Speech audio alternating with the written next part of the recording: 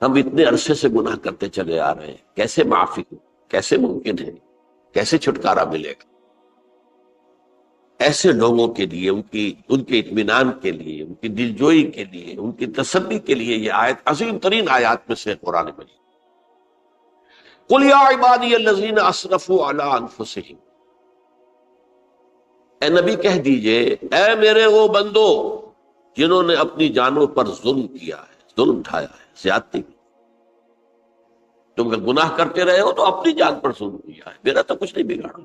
اللہ تو غنی ہے، اس کی تو سلطنت میں کوئی کمی نہیں آتی۔ ایک حدیث قدسی میں الفاظ آئے ہیں، میرے بندو اگر تم سب کے سب، اولکم وآخرکم وانسکم وجنکم، تمام انس و جن اور اولین سے لے کر آخرین تک، کسی بدترین انسان جیسے فاسق و فاجر ہو جائیں، سب ابلیس بن جائیں، تب بھی میری سلطنت میں کوئی کمی نہیں۔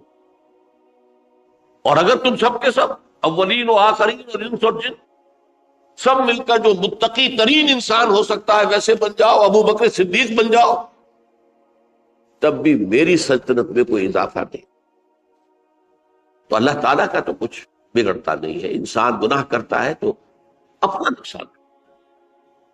قل یا عبادی الذین اسرفوا علی انفسہم، کہہ دیجئے اے نبی، اے میرے وہ بندو جنہوں نے اپنی جانوں پر ظلم کیا ہے، ستم کیا ہے، ظلم ڈھایا ہے، لا تقنطوا من رحمت اللہ۔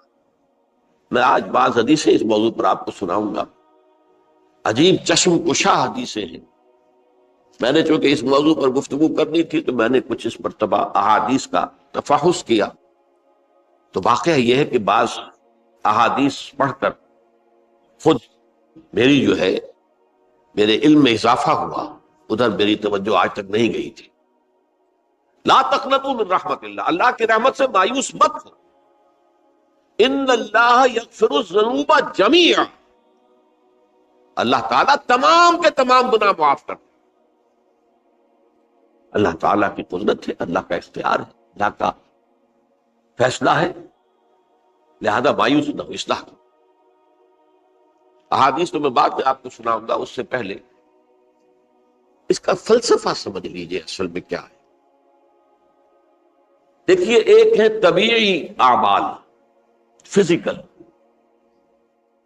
ان کا ہم دنیا میں اصول یہ دیکھتے ہیں کہ اس کے نتائج لازم اور ان سے چھٹکارا نہیں مل سکتا۔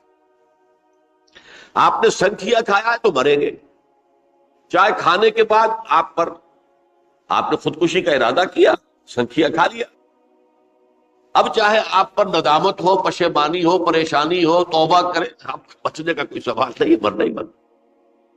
اتنا یہ کہ اللہ تعالیٰ جو ہے اپنی معجزانہ کسی قدرت سے اس عمل کا جو طبعی نتیجہ ہے اس کو نکلنے سے روک۔ آگ کی فطرت ہے کہ وہ جلاتی ہے، اللہ کے حکم کے تحت حضرت ابراہیم کو اس نے نہیں جلایا، یا نار کونی بردن وسلام علی ابراہیم۔ لیکن یہ ہمیشہ نہیں ہوتا، یہ تو ایک دفعہ ہو گیا بس۔ اللہ جب چاہے اب بھی کر سکتا ہے، لیکن یہ روز روز نہیں ہوتا۔ روز روز جو بھی فزیکل لاز ہیں وہ چلتے ہیں، اگر وہ نہ چلے تو کوئی سائنس پاسبل ہی نہ ہو، کوئی ٹیکنالوجی ممکن ہی نہ ہو۔ یہ تو ان فزیکل کیمیکل لاز جو ہے ان کا دوام ہے کہ جس کی وجہ سے یہ ساری سائنس اور ٹیکنالوجی اب کہاں سے کہاں پہنچ رہی ہے کہ عروج آدم خاکی سے انجم سہمے جاتے ہیں کہ یہ ٹوٹا ہوا تارا کہیں وہی کا عمل نہ بن جائے۔ تو یہ توبہ جو ہے فزیکل اعمال میں مفید نہیں ہے، چاہے آپ پر یہ احساس میں کیا کر بیٹھا، کیا میں نے کیا، کیوں میں نے کھا لیا، یہ سب کیا، تو توبہ اثر کر۔ جو اخلاقی اعمال ہیں ان کا قانون یہ نہیں ہے۔ اخلاقی اعمال کے نتائج ختم ہو جاتے ہیں توبہ کے ساتھ۔ یہ ایک بہت بڑا قانون، بہت بڑا قانون۔ ایسا نہیں ہے کہ کسی گناہ سے انسان کی فطرت میں کوئی ایسی مستقل کجی واقع ہو جائے کہ جس کی اصلاح کی کوئی صورت ہی نہ ہو، یہ نہیں ہے۔ بڑے سے بڑے توبہ کرو، خلوص دل سے کرو، جو اس کے اصول ہیں، جو اس کے قواعد ہیں، جو اس کے ضوابط ہیں، جو اس کی شرائط ہیں، ان کو پورا کرو۔ تو بڑے سے بڑے اعمال، برے سے برے اعمال میں حدیثیں آج آپ کو سناؤں گا، حیران، کیونکہ عام طور پر یہی ہوتا ہے کہ مواعظ میں چونکہ لوگوں کو اصلاح کی ترغیب دلانی ہوتی ہے، تو وہ جو انذار کا پہلو ہے اسے زیادہ نمایاں کیا جائے۔ اللہ کی طرف سے شدید ذو انتقام، اللہ انتقام دینے والا، اللہ سزا دینے والا ہے۔ لیکن یہ دوسرا پہلو جو ہے وہ بھی اپنی جگہ پر بہت اہمیت کا ہے کہ طبیعی اعمال کے نتائج اور عواقب اور اخلاقی اعمال کے نتائج و عواقب یہ ایک جیسے نہیں۔ اب اس معاملے میں تاریخ مذاہب عالم میں جو بہت بڑی غلطی ہوئی، تورات میں حضرت آدم اور حوا علیہ السلام سے جو غلطی اور خطا ہو گئی تھی، آپ اندازہ کیجئے کیا مقام اللہ نے عطا کیا تھا، سارے فرشتوں کو ان کے سامنے سجدہ کروا دیا تھا، اور ایک ہی حکم تو دیا تھا نا کہ اس درخت کے قریب نہ جانا، اور تو ابھی کوئی شریعت نہیں تھی، کوئی لمبے چوڑے احکام نہیں تھے، کھاؤ جہاں سے چاہو، اس ایک درخت کے پیچھے پاس نہ جانا، وَلَا تَقْرَبَا هَٰذِهِ الشَّجَرَةَ فَتَكُونَا مِنَ الظَّالِمِينَ۔ اور وہی کام کر بیٹھے حضرت آدم اور حضرت حوا علیہ السلام۔ کتنا بڑا ہوگا، کتنا بڑا، لیکن قرآن نے وضاحت کر دی کہ آدم نے توبہ کی، اللہ نے معاف کر دی۔ اللہ تعالیٰ سے کلمات سیکھے، ندامت دل میں پیدا ہو گئی حضرت آدم، لیکن الفاظ نہیں تھے، کن الفاظ میں اللہ سے معافی مانگوں، مجھ سے خطا ہو گئی، بہت بڑی غلطی ہوئی، وہ الفاظ بھی اللہ نے سکھائے، فتلقى آدم من ربہ کلمات، یہ ہے جس میں کہ وہ علامہ اقبال کا ایک شعر ہے ان کے نوجوانی کے دور کا، جس پر میں بھول رہا ہوں کہ داغ دہلوی تھے یا کوئی اور تھے کہ جنہوں نے علامہ سے کہا تھا میاں اس عمر میں اور یہ شعر، اس بڑی محفل میں بات آئی تھی کہ موتی سمجھ کے شان کریمی نے چن لیے قطرے جو تھے میرے عرق انفعال کے، انفعال کہتے ہیں عربی میں پشیمانی، شرمندگی، اور عام طور پر جب کسی انسان پر پشیمانی اور شرمندگی طاری ہوتی ہے تو پیشانی جو ہے اس پر کچھ پسینہ سا آتا ہے، تو قطرے جو تھے میرے عرق انفعال کے موتی سمجھ کے شان کریمی نے چن لیے، اللہ کے نگاہ میں ان کی اتنی قیمت، ان کی اتنی وقت میرے بندے نے پشیمانی اختیار کی ہے، اپنے اس غلط کام کے اوپر اسے رنج اور افسوس ہو رہا ہے، تو اللہ کے نگاہ میں اس کی یہ عظمت ہے، یہ قدرت۔ تو اللہ تعالیٰ نے جب حضرت آدم کے دل میں وہ پشیمانی پیدا ہو گئی تو الفاظ نہیں تھے، کن الفاظ میں؟ ہم کہتے ہیں نا کہ مجھے سمجھ نہیں آ رہا کہ میں کس منہ سے آپ سے بات کروں، میری یہ حیثیت نہیں ہے، میں کن الفاظ میں اپنی جو ہے خطا کا اعتراف کروں؟ تو اللہ نے وہ کلمات خود سکھا دیے، فَتَلَقَّى آدَمُ مِن رَبِّهِ كَلِمَاتٍ فَتَابَ عَلَيْهِ إِنَّهُ هُوَ التَّوَّابُ الرَّحِيمُ۔ یہ چیز کہیں تورات جب دوبارہ مرتب ہوئی ہے تو وہ نکل گئی، اس میں رہ گئی، باقی اس میں شامل نہیں۔ یہ تاریخی اعتبار سے جان لیجئے، تورات جو ہے وہ آج سے 2500 بلکہ 2600 برس قبل سے دنیا سے غائب ہے۔ یہ تورات کا جو نسخہ تھا یروشلم میں 587 قبل مسیح میں جب نبوکدنضر نے، شاید آج کل آپ دیکھ رہے ہوں یہ عراق کی جنگ میں عراق کے جو خاص ڈویژنز ہیں عراقیوں کے، ریپبلکن گارڈز کے، ان میں سے ایک کا نام جو ہے وہ نبوکدنضر ڈویژن ہے، ایک کا حمورابی ڈویژن ہے۔ حمورابی جو ہے عراق کا بہت پرانا بادشاہ تھا، اور تاریخ انسانی میں سب سے پہلا قانون اس نے مرتب کیا، حمورابی۔ یہ بہت پرانی تہذیب ہے، دنیا کی غالباً سب سے زیادہ اینشنٹ تہذیب جو ہے وہ عراق کی ہے۔ حضرت ابراہیم یہیں پیدا ہوئے، شہر ار میں۔ تو نبوکدنضر نے جب تباہ کیا تھا یروشلم کو، 6 لاکھ آدمیوں کو قتل کیا اور 6 لاکھ کو قیدی بنا کر لے گیا بیبیلونیا، بابل کا لفظ بھی آج کل آ رہا ہے۔ کسی زمانے میں وہ عظیم شہر تھا دنیا کا، وہ معمولی سا شہر رہ گیا ہے، نئے شہر بڑھ گئے۔ تو اس وقت سے اس نے جب یروشلم میں جو ہیکل سلیمانی حضرت سلیمان کی بنائی ہوئی مسجد تھی اس کو جب گرایا ہے، اس کے بعد سے وہیں پر وہ نسخہ رکھا ہوا تھا تھوڑا، پھر دنیا میں وہ نسخہ اب نہیں ہے۔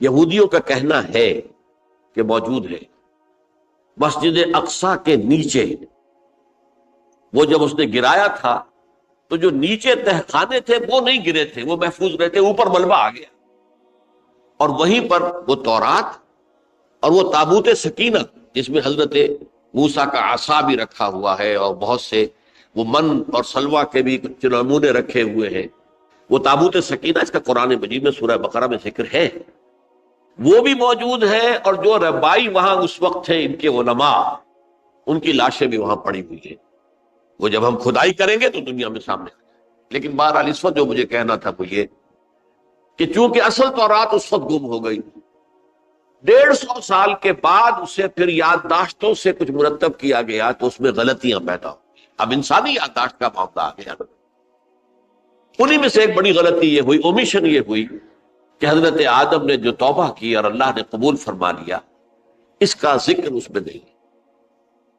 اس سے نتیجہ عیسائیوں نے کیا اختیار کیا کہ وہ اوریجنل سن کہتے ہیں اسے، وہ جو ابتدائی گناہ تھا عظیم جو ہمارے جد امجد آدم سے سرزد ہوا تھا، اس گناہ کا اثر جو بھی بچہ نسل آدم میں پیدا ہوتا ہے وہ لے کر آتا ہے۔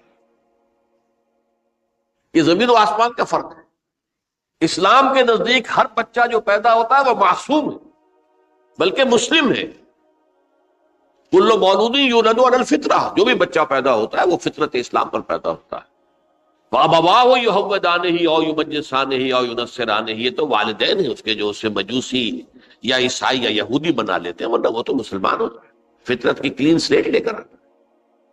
عیسائیت کہتی ہے ہر انسان جو پیدا ہوتا ہے بنیادی طور پر گناہگار ہے، اپنے جد امجد کے گناہ کا بوجھ لے کر آ رہا ہے۔ اب اس کا علاج انہوں نے پھر کیا تجویز کیا، یہ ہے کہ ایک غلطی پر دوسری غلطی اور دوسری پر تیسری غلطی، خشت اول چون حد بیمار کج تاثریہ بھی رود دیوار کج۔ اب اللہ نے جب دیکھا اب تو ہر بندہ جو ہے آدم کی اولاد کا بنیادی طور پر پیدائشی طور پر گناہ گار ہے، تو اب کیا کیا جائے؟ تو اللہ نے اپنا اکلوتا بیٹا، صلبی بیٹا مسیح یسوع اسے زمین پر بھیجا۔ یہ الفاظ میرے ہیں کہ اسے قربانی کا بکرا بنا کر اور ان سب کی طرف سے قبول کر لیا، گناہ گاروں کی طرف سے، کہ ان کے گناہ کا کفارہ ہو جائے گا جو عیسیٰ کو مانتے ہیں۔ یہ عقیدہ ہے عیسائیت۔ جڑ کیا ہے کہ گناہ ہو گیا تو گناہ کا اثر تو رہے گا۔ قرآن یہ کہتا نہیں، اللہ دھو دیتا ہے، تمہاری سیرت و کردار کے اوپر بھی جو داغ ہیں دھل جائیں گے، اور تمہارے نامہ اعمال میں جو دھبے ہیں وہ بھی دھل جائیں گے۔ توبہ کرو، توبوا الی اللہ توبۃ نصوحا، کرو وہ توبہ کے جو بالکل خلوص دل کے ساتھ ہو۔ اب میں ذرا آپ کو کچھ احادیث سنانا چاہتا ہوں۔ ایک طرح کا یہ تبشیر کا پہلو ہے آج ہماری گفتگو میں کہ جو نمایاں ہوگا۔ یہ بعض احادیث تو چھوٹی چھوٹی ہیں اور یہ بہت مرتبہ میری گفتگو میں آ چکی ہیں، صرف اس وقت حوالہ دے کر گزر جاؤں گا۔ یہ ترمذی اور ابن ماجہ میں حضرت انس ابن مالک رضی اللہ تعالی عنہ سے روایت ہے، حضور نے فرمایا کل بنی آدم خطاؤون وخیر الخطائین التوابون، تمام بنی آدم خطا کار ہیں، خطا کار بھی نہیں، بہت خطا کار، بہت خطا کار، لیکن ان خطا کاروں میں بہتر لوگ وہ ہیں کہ جو خوب توبہ کرتے ہیں، غلطی ہو گئی توبہ کر۔ اور ایک اور حدیث میں آپ کو بتاؤں گا کہ یہ نہیں ہے کہ پھر کبھی وہ غلطی نہ ہو، اس وقت آپ یہ لگا لیں اپنے اوپر یہ کام میں نے نہیں کرنا، اور ایک دفعہ وہ کام چھوڑ دیں تو توبہ ہو گئی۔ پھر اگر کچھ عرصے کے بعد پھر کہیں آپ جذبات کی رو میں بہہ گئے، پھر کہیں کوئی برے اثرات جو ہے وہ پڑے، پھر غلطی، کوئی بات نہیں، پھر ہو گیا، پھر توبہ کر۔ تواب اسی لیے کہا بار بار بار بار بار بار توبہ کر۔ تو کل بنی آدم خطاؤون وخیر الخطائین التواب۔ دوسری حدیث یہ بھی ابن ماجہ اور بہقی میں ہے، حضرت عبداللہ ابن مسعود رضی اللہ تعالی عنہ، التائب من الذنب کمن لا ذنب له، گناہ سے توبہ کرنے والا ایسے ہے جیسے اس نے کبھی گناہ کیا ہی نہیں. دھل جاتی ہے، تختی دھل گئی. بچے نے تختی لکھی تھی، اس کو دھو دیا، ختم ہو گیا. ایک حدیث تو پڑھ کر میں بھی چونکا. یہ اصل میں اسلوب ہے بیان کا، بتانے کے لیے کہ تمہارے دلوں کے اندر مایوسی کا غلبہ نہ ہو جائے. مایوس اصل میں جو ہے مایوسی، یہ ابلیسیت ہے، نوٹ کر لیجئے اس کو. مایوسی ابلیسیت کی کا عکس. مبلس کہتے کسے؟ جو مایوس ہو گیا. ابلیس سب سے بڑھ کر مایوس جو ہے وہ ابلیس ہے. اسے معلوم ہے میرا چھٹکارا تو نہیں ہے، لہذا میں جتنوں کو اپنے ساتھ لے کر جہنم میں جھونک دوں، یہی میری کمائی ہے، میں نے تو بچنا نہیں. تو ابلیس کہتی ہے اس کو جو انتہائی مایوس، مبلس، جو رحمت خدا بندی سے مایوس ہو چکا. اب اس کو دور کرنے کے لیے حدیث سنیے، اور یہ حدیث مسلم شریف کی ہے، صحیحین کے حضرت ابو ہریرہ سے. حضور فرماتے ہیں والذی نفسی بیدہ، قسم ہے اس ذات کی جس کے ہاتھ میں میری جان ہے، لو لم تذنبوا، اگر تم لوگ گناہ نہ کرتے، لذهب اللہ بکم، تو اللہ تعالیٰ تمہیں لے جاتا کہیں اور، ولجاء بقوم یذنبون، اور پھر کسی ایسی مخلوق کو پیدا کرتا ہے جو گناہ کرتے، فیستغفروا اللہ، اور پھر وہ اللہ سے استغفار کرتے اور توبہ کرتے، فیغفر لہم، اور اللہ تعالیٰ انہیں معاف کرتے. تو میں نے عرض کیا کہ یہ بعض چیزیں ہوتی ہے کہ جن کا واقع سے کوئی تعلق نہیں ہوتا، لیکن ایک زور بیان کے لیے، ایک بات کو ایمفیسائز کرنے کے لیے، جیسے قرآن مجید میں آتا ہے، اے نبی کہہ دو ان کان للرحمن ولد فانا اول العابدین، اگر اللہ کا کوئی بیٹا ہو تو میں سب سے پہلے میں اس کو پوجوں گا. جب میں اللہ کو پوجتا ہوں تو اللہ کا اگر کوئی بیٹا ہوتا تو کیا میں اسے نہ پوچھتا؟ لیکن نہیں ہے. اب یہ نہیں ہے، نفی کے لیے زور دیا کہ اگر اللہ کا کوئی بیٹا ہوتا، لو کان للرحمن ولد فانا اول العابدین. اسی طرح یہ ہے کہ اگر انسان گناہ نہ کرتے اور گناہ کے بعد توبہ کر کے اللہ تعالیٰ کی شان غفاری کا ظہور نہ ہوتا. یہ بھی ایک عجیب فلسفے کی بات ہے، اللہ نے یہ کائنات کیوں پیدا کی؟ قرآن مجید میں اس کو براہ راست ایڈریس نہیں کیا گیا اس مسئلے کو، میرے علم کی حد تک. ہو سکتا ہے کہیں بہت خفی انداز میں ہو اور ابھی تک میری نگاہ سے بھی جو ہے وہ چھپا رہ گیا، ہو سکتا. قرآن مجید کے غامض نکات ایسے ہو سکتے. کوئی شخص، میں تو کہتا ہوں کہ اگر کوئی شخص کہتا ہے، میرے بارے میں ایک عالم دین نے کہہ دیا تھا کہ اسے قرآن پر بڑا عبور حاصل ہے، تو میں نے انہیں پیغام پہنچایا، جن صاحب نے مجھے ان کا یہ جملہ سنایا تھا کہ آپ نے قرآن کی توہین کی ہے. قرآن پر عبور کسی انسان کو نہیں. عبور کا مفہوم کیا ہے؟ دریا کے دو کنارے ہیں، آپ اس کنارے سے اس کنارے چلے گئے تو آپ نے عبور کیا دریا.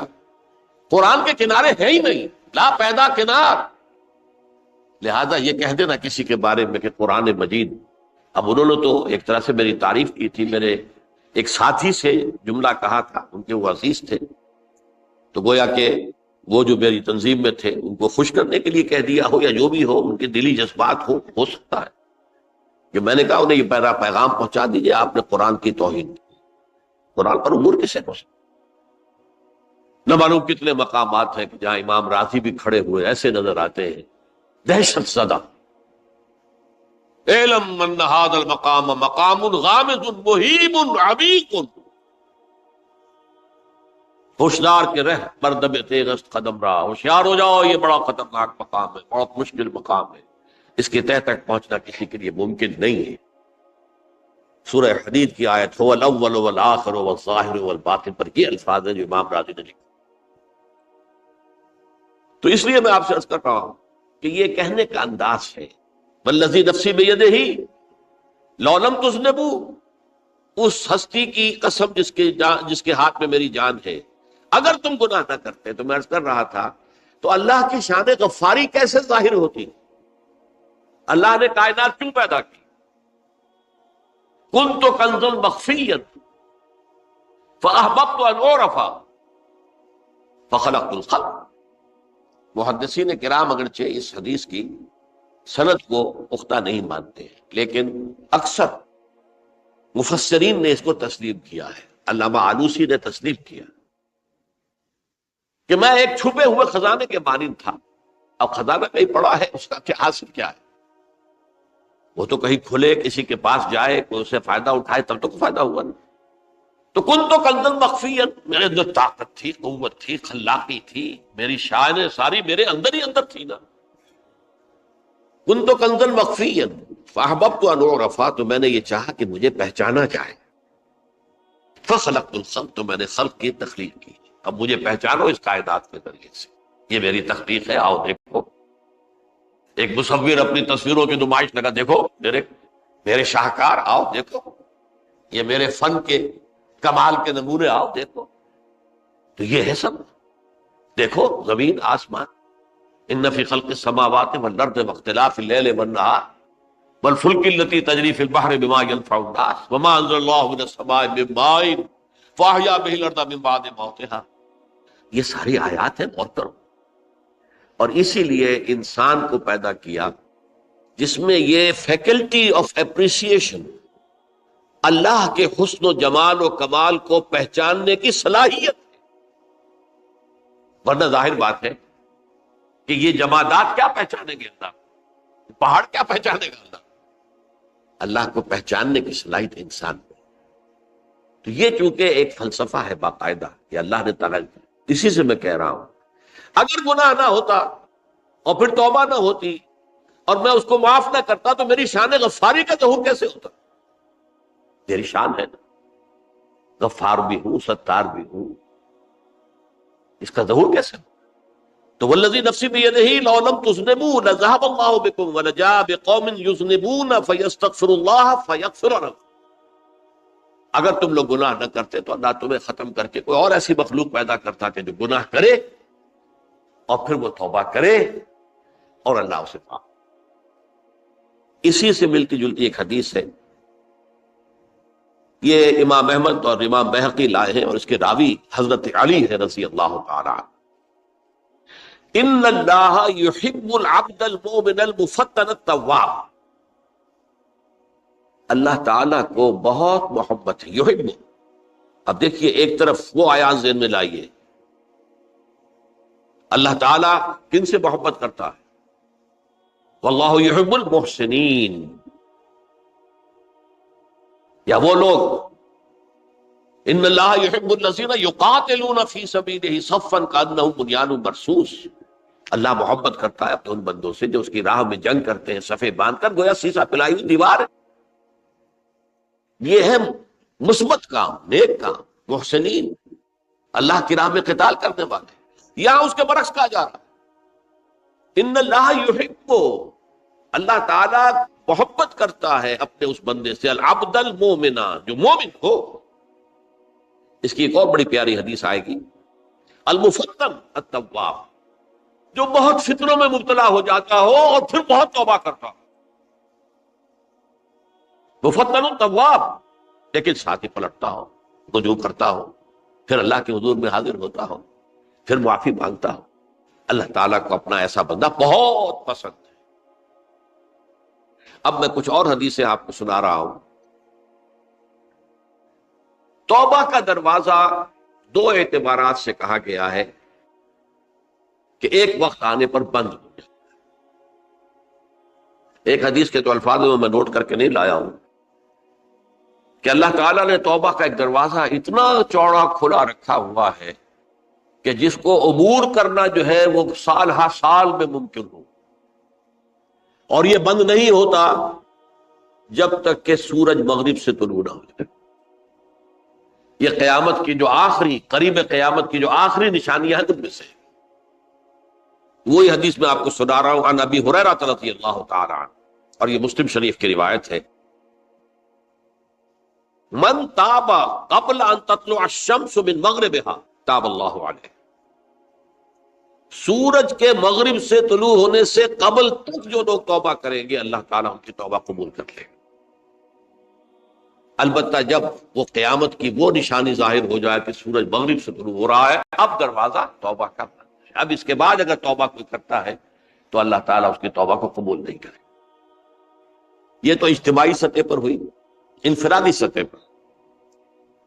عن عبداللہ ابن عمر رضی اللہ تعالی عنہما عن النبی صلی اللہ علیہ وسلم قال ان اللہ عز وجل یقبل توبۃ العبد ما لم یغرغر۔ یہ ترمذی میں ہے، حضرت عبداللہ ابن عمر رضی اللہ تعالی عنہما سے، کہ اللہ تعالیٰ اپنے بندے کی توبہ قبول کرتا ہے جب تک کہ وہ جسے ہم کہتے ہیں گھنگرو نہ بولنے لگے حلق کے اندر، جبکہ نزع عالم نزع ہو اور جان جو ہے وہ آ کر پھر یہاں اٹکتی ہے، تو اس وقت تک دروازہ کھلا ہے توبہ کا۔ لیکن جب یہ شکل ہو گئی تو دروازہ بند۔ یہ انفرادی سطح پر ہو گیا، جب آپ کے موت کے آثار اتنے واضح ہو گئے کہ اب جا رہے ہیں، اب توبہ کریں گے تو توبہ قبول نہیں ہو۔ اجتماعی سطح پر جب قیامت جو ہے اس کی وہ گھڑی آ گئی کہ سورج مغرب سے طلوع ہو گیا، اب توبہ کا دروازہ بند۔ ایک اور حدیث ہے جو میں نے بہت مرتبہ اس کا ترجمہ تو آپ کو بہت دفعہ سنایا ہے، آج میں چاہتا ہوں اس کو پورے متن کے ساتھ آپ کے سامنے رکھوں۔ یہ حضرت انس بن مالک رضی اللہ تعالیٰ عنہ سے مروی روایت ہے، جو حضور کے خادم خاص تھے، اور یہ متفق علیہ بھی ہے، یعنی بخاری میں بھی ہے، مسلم میں بھی ہے، لیکن تھوڑا سا فرق ہے الفاظ کا۔ تو جو مسلم شریف کی روایت ہے اس کے الفاظ کیا ہے؟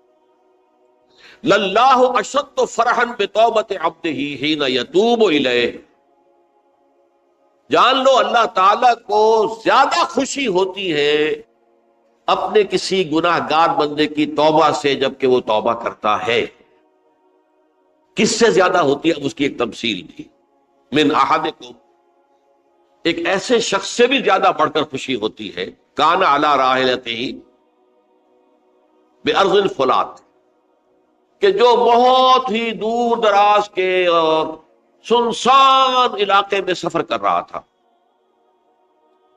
فانتحرفت منہ، اس کی سواری جو ہے گم ہو گئی، وعلیہا طعامہ وشرابہ، اسی پر اس کا کھانا بھی تھا اور پانی بھی تھا۔ اونٹنی پر سفر کر رہا تھا، اسی پر ہوتا ہے راحلہ جو ہے راستے کا سامان، اچانک کہیں بیٹھا ہے تھوڑی دیر کے لیے سستانے کے لیے، کہیں اونٹ آ گئی اور اونٹنی صاحبہ غائب۔ اب آنکھ کھلی اور اس نے دیکھا، فَأَيَّسَ مِنْهَا، تلاش کر کر کے مایوس ہو گیا، کہیں اونٹنے کا سراغ نہیں۔ اب ظاہر بات ہے کسی صحرا میں یہ کیفیت، اس کا مطلب کیا ہے؟ یقینی موت۔ فَأَتَى شَجَرَةً فَاسْتَجَعَ فِي ظِلِّهَا وَقَدْ أَيَسَ مِنْ رَاحِلَتِهِ، تو وہ ایک درخت کے نیچے اس کے سائے میں آ کے لیٹ گیا، گویا کہ موت کی امید۔ فَبَيْنَهُمَا وَهُوَ كَذَلِكَ إِذْ هُوَ بِهَا قَائِمَةٌ عِندَهُ، اس کی کہیں دوبارہ آنکھ لگی ہے، جو کھولا تو دیکھتا ہے اونٹنی تو موجود ہے، کھڑی ہے، تو وہ فوراً اس کی وہ جو رسی ہے وہ پکڑتا ہے، فَأَخَذَ بِخِتَامِهَا ثُمَّ قَالَ مِن شِدَّةِ الْفَرْحِ، اب جو اسے مسرت ہوئی اس کا آپ اندازہ کر سکتے ہیں، ایک یقینی موت کا معاملہ آ چکا تھا، اور اچانک اللہ تعالیٰ نے وہ کھوئی ہوئی اونٹنی جو ہے وہ واپس دلا دی۔ تو وہ کہنا تو یہ چاہتا تھا، اللہ تو میرا رب ہے، میں تیرا بندہ ہوں، لیکن جسے ہم کہتے ہیں کہ خوشی کی انتہا فرط مسرت میں ایسی زبان لڑکھڑائی، اس نے کہا اللہم انت عبدی وانا ربک، اے اللہ تو میرا بندہ ہے، میں تیرا رب ہوں۔ یہ کہنا ہے، تو یہ کیا ہے؟ فرط مسرت، جسے آپ خوشی کی انتہا، کہ جس میں انسان جو ہے اتنی بڑی خطا کر بیٹھتا ہے۔ اللہ کو اپنے کسی گناہ گار بندے کی توبہ سے اس سے بھی زیادہ خوشی۔ اب ظاہر بات ہے کہ تماثیل کس لیے ہے؟ بعض لطائف، بعض حقائق اتنے لطیف ہوتے ہیں کہ ان کو بیان نہیں کیا جا سکتا بتمام و کمال، تو مثالوں کا سہارا لیتے ہیں۔ اللہ کو کتنی خوشی ہوتی کیا سمجھیں گے ہم؟ لہذا یہ مثال تو سمجھ میں آ گئی نا، کہ ایک لقودق صحرا میں انسان سفر کر رہا تھا، ایک ہی اونٹنی ہے، اسی پر اس کا پانی ہے، اسی پر اس کا کھانا ہے، کہیں ٹھہرا ہے تھوڑی دیر کے لیے، اونٹنی غائب، اور اس کے بعد تلاش کر کے شمال مغرب جنوب ہر جگہ دیکھ لیا، اب تک کہیں اونٹنی کا سراغ نہیں۔ اب موت کے انتظار میں لیٹ گئے کہ اچانک دیکھتا ہے کہ اونٹنی موجود ہے۔ تو وہ شدت فرح میں یہ کہہ بیٹھتا ہے اللہم انت رب انت عبدی وانا ربک انا للہ و انا الیہ راجعون۔ اب دیکھیے ایک حدیث وہ آ رہی ہے، اور اس کو یوں سمجھیے، اللہ تعالیٰ نے جو انسان پیدا کیے ہیں ان کے مزاج مختلف ہیں۔ ان میں کچھ لوگ ہوتے ہیں جو قوی ہوتے ہیں ارادے کے، جو فیصلہ کر لیا ڈٹ گئے۔ کچھ لوگوں میں وہ قوت ارادی اتنی مضبوط نہیں ہوتی، وہ ادھر ادھر سوچتے رہتے ہیں۔ کچھ لوگ جسمانی طور پر بہت توانا ہوتے ہیں، کچھ لوگ جسمانی طور پر پیدائشی طور پر کمزور ہوتے ہیں۔ تو اگر کوئی قوت ارادی کمزور رکھنے والا شخص ہے، وہ بھی تو اللہ کی تخلیق ہے، اللہ کا بندہ ہے، خطاؤں کا ظہور ہو جاتا، توبہ کرتا ہے، پھر کچھ عرصے کے بعد پھر خطا کا ظہور ہو جاتا، پھر توبہ کرتا، تو ہم تو یہ سمجھیں گے کہ ایک حد کے بعد پھر اس کی توبہ قبول نہیں ہونی چاہیے۔ لیکن حدیث سنیے، وعن ابی ہریرہ رضی اللہ تعالی عنہ قال قال رسول اللہ صلی اللہ علیہ وسلم